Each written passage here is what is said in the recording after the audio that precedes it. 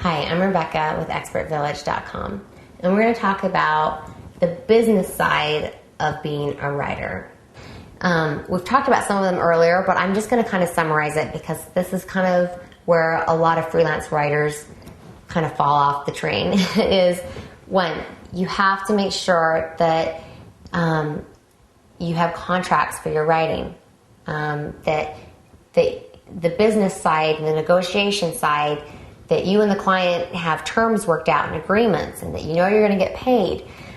You'll also want to consider getting a separate bank account because this is a real business. And when you get money, you kind of want to be able to keep track of it and to keep track of your expenses and your income and your expenses. So I'd recommend getting your own account just for your writing, whether you're doing it full-time or part-time.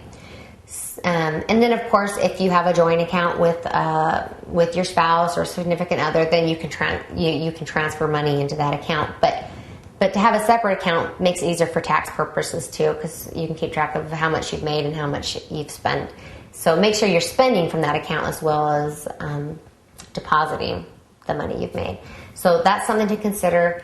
You also want to consider that even though you're a writer, and you're creative and you're smart and wonderful, you're still a number to other people. So you need to know what you're worth, and you need to work with that realistically. So that's my advice to writers. Learn the business end, and then you'll have the best of both worlds.